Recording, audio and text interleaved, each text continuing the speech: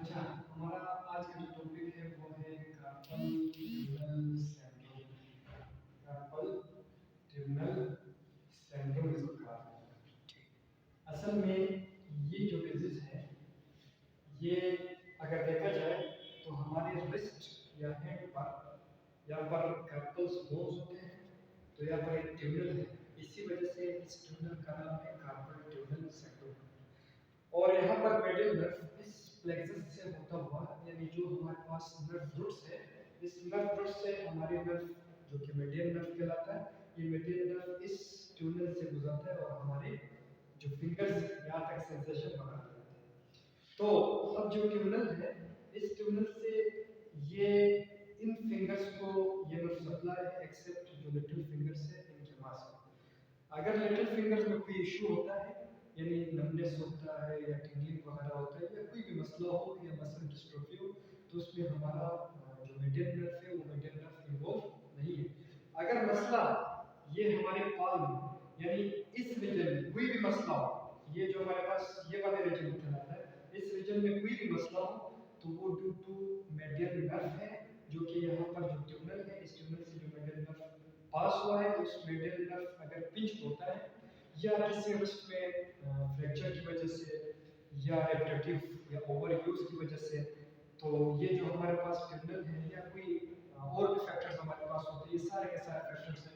तो हम कह सकते हैं कि डायबिटीज, वो पेशेंट जो हमारे पास डायबिटिक हो, यानी डायबिटीज वाले जो पेशेंट है, उसमें हमें पता है कि नर्व इंजरी होती है, जो माइलिन शीथ होता है नर्व का, वो डायबिटिक पेशेंट में डैमेज हो जाता है। तो जब वो डैमेज होगा, खास तौर पर हमारा जो इस ट्यूनल एरिया से जो नर्व पास हुआ है, जिसका नाम है मेडियन नर्व, ये मेडियन नर्व डैमेज हो जाता है, पिंच हो जाता है। जब ये पिंच होगा, so then it will not radiate the sensation towards the finger, तो ये फिंगर्स तक सेंसेशन को कैरी नहीं करेगा। जब सेंसेशन नहीं जाएगा तो यहाँ पे क्या होगा, आप हमारे जो मसल्स है उसकी डिस्ट्रोफी हो जाती है, यानी मसल की एट्रोफी हो जाती है और मसल हमारा वेस्टिंग होना शुरू कर देता है, यानी हमारे मसल्स वेस्ट हो जाते हैं। तो आपने देखा होगा इस तरह के जो पेशेंट्स, जो कार्पल ट्यूनल के पेशेंट्स हैं जो हमारे पास आते हैं, उनकी ये जो जगह है यहाँ पे मसल्स वेस्ट होते हैं, मसल की डिस्ट्रोफी होती है। तो ऐसे पेशेंट्स क्यों? क्योंकि वो मेडियल नर्व यहाँ पे सेंसेशन नहीं है।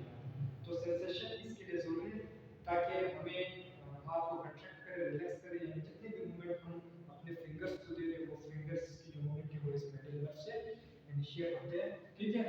अब खासतौर पर डायबिटीज वाले जो पेशेंट हमारे पास आते हैं, वो डायबिटीज, क्योंकि डायबिटीज में मैंने आपको बताया था कि जो माइलर शीट है एक्सोन के ऊपर या नर्व के ऊपर, वो डैमेज हो जाता है। तो ये एक रिस्क फैक्टर है, इसकी वजह से भी ये जो ट्यूबलर सिंड्रोम है ये हो सकता है। और जैसे हमारे पास और भी पेशेंट है, जैसे कि रोमेटॉइड आर्थराइटिस के जो पेशेंट है, क्योंकि रोमेटॉइड आर्थराइटिस के जो पेशेंट है वो उनको यहाँ पर पेन होता है। तो यहाँ पर हमारे इस ट्यूबलर से अगर मैं इसको इस तरह ड्रा कर दूं, तो हमारे हाथ से तकरीबन यूं अगर मैं ड्रा करूं, तो यहाँ पर एक ट्यूनल है, इस तरह ट्यूनल है, इस ट्यूनल से तकरीबन हमारे पास नो टेंडन पास हुए हैं और ये नो टेंडन यहाँ पर आए हुए हैं।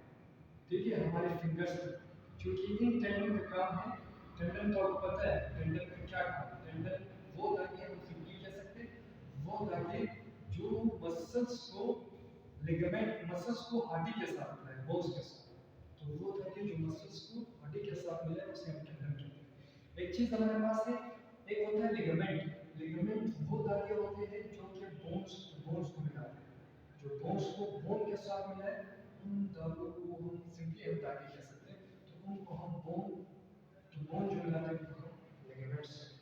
तो अगर इसमें इन्फ्लेमेशन हो, यानी टेंडन के अंदर इन्फ्लेमेशन हो, तो इस इन्फ्लेमेशन को हम कहते हैं टेंडनाइटिस, इसको कहते हैं टेंडनाइटिस।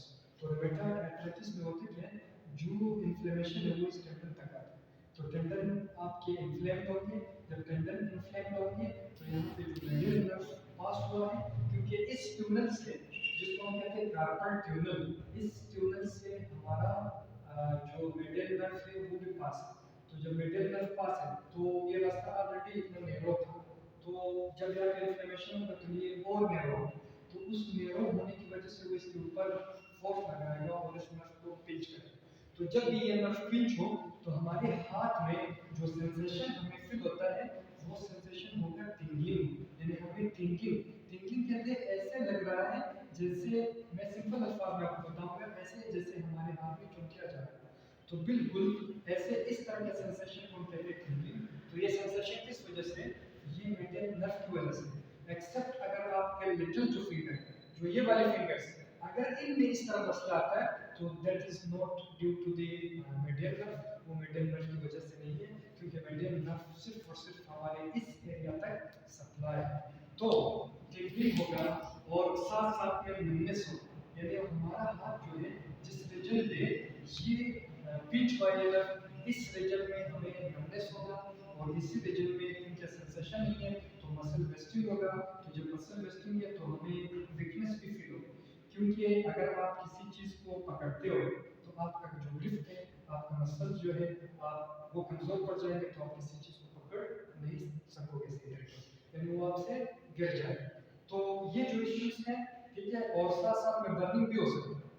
बर्निंग ऐसे कंडीशन को कहते हैं जैसे जल रहा हो। तो ये जो कंडीशंस है, ये सारा का सारा ये किस वजह से होता है, ये कार्पल ट्यूबुलर सिंड्रोम इसको कहते हैं।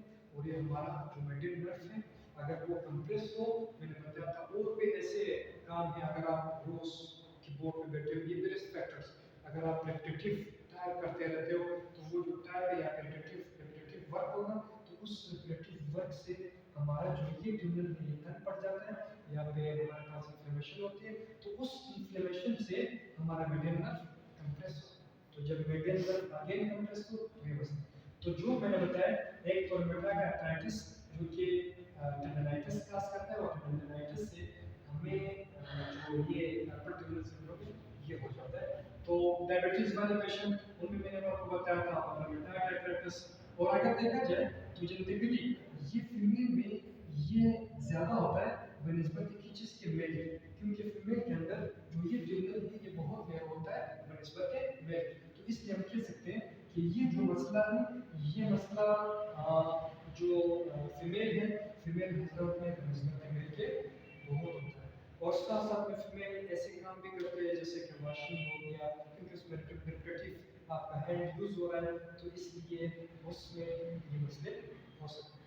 तो फीमेल में ज़्यादा बनिस्बत। और एक एनाटॉमी जिसको हम कहते हैं एनाटॉमिकल अगर स्ट्रक्चर की वजह से, एनाटॉमिकल स्ट्रक्चर की वजह से, मिसाल के तौर पर ये जो ट्यूबुलर है ये पहले से अगर नैरो, अगर पहले से नैरो तो फिर भी ये कार्पल ट्यूबुलर की जो चांसेस है वो बहुत सारे हो सकते हैं। तो इसलिए आप कहते हैं एनाटॉमी के ऊपर भी डिपेंड करता है, कुछ में ये पहले से नैरो होता है एंड जेनेटिकली वो नैरो है, तो उस वजह से एनाटॉमिकल स्ट्रक्चर की वजह से भी ये हो सकता है। डायबिटिक पेशेंट में होता है रूमेटॉइड आर्थराइटिस, और फीमेल में बनिस्बत मेल के ज़्यादा है, और वो जो कीबोर्ड वगैरह यूज़ कर रहे हैं, और साथ साथ वो लोग जो रेपिटेटिव वर्क कर रहे हैं जिसमें हाथ बार बार यूज हो रहा हो।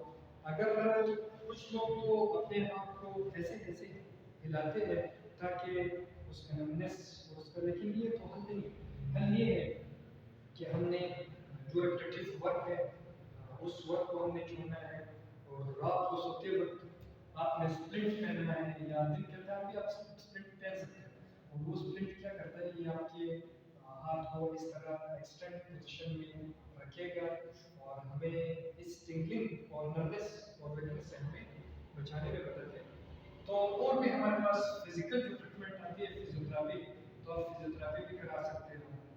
तो उसमें मुख्तलिफ मूवमेंट्स होते हैं फिजियोथेरेपी वगैरह में, तो वो कराते हैं। और आप इस तरह के पेशेंट्स को आप कोर्टिकोस्टेरॉइड भी दे सकते हो।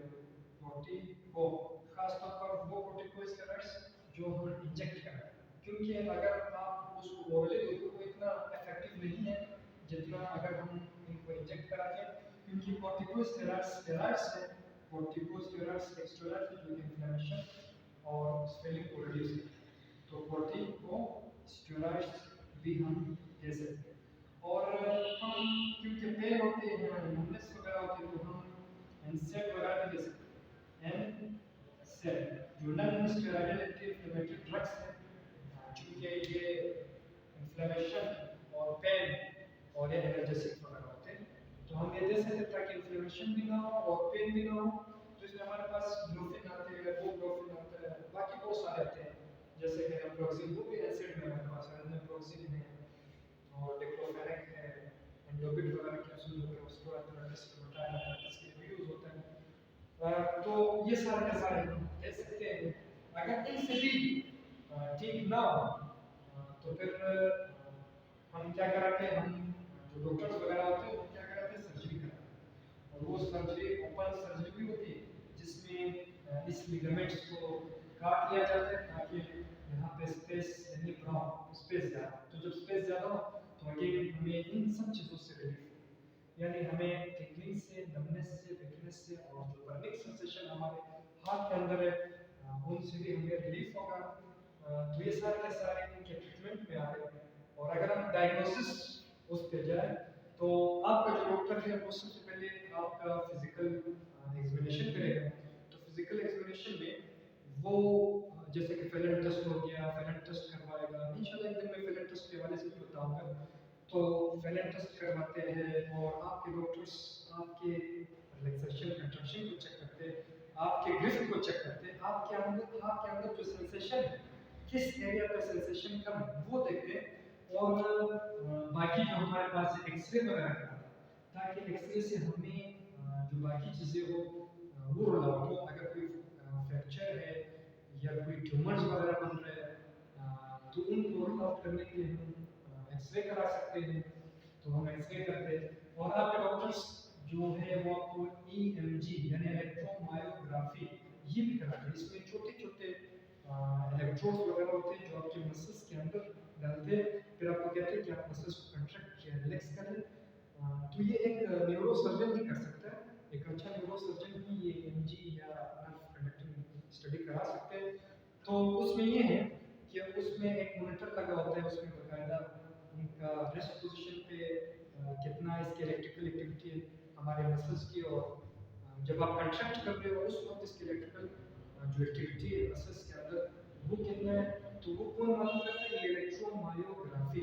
इससे हमें अंदाजा हो सकता है कि हमारे अंदर जो मसल्स वेस्टिंग है वो किस हद तक हुई, और अगर हुई है तो ये nerve due to mental nerve की वजह से हुई। तो नर्व को देखने के लिए हम कौन सी स्टडी कराते हैं, नर्व कंडक्टिंग स्टडी जिसको हम कहते हैं एनसीएस। ये भी एक अच्छा सा सर्जरी कर सकता है। तो नर्व कंडक्टिंग स्टडी में क्या होता है, इसमें भी इसी तरह इलेक्ट्रोड्स आपके नर्व के अंदर शॉक पैदा किया जाता है। तो उसमें भी इलेक्ट्रिकल सिग्नल्स को चेक करता है कि कितने टाइम से जाता है मसल्स, कितना डिले होता है। तो उसमें हमें नर्व के बारे में पता चल सकता है कि नर्व कितने लेवल पे डैमेज है।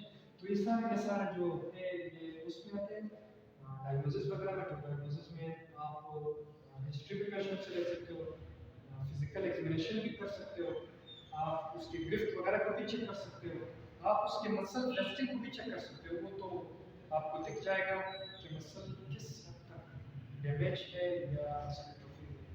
तो X ray, EMG, nerve conducting study हमें ये सब कुछ बताएगा कि कार्पल टनल सिंड्रोम है उस पेशेंट को क्या है। तो ये था हमारा टॉपिक, एक छोटा सा टॉपिक था कार्पल टनल सिंड्रोम के हवाले से। इंशाल्लाह नेक्स्ट जो टॉपिक हमारा होगा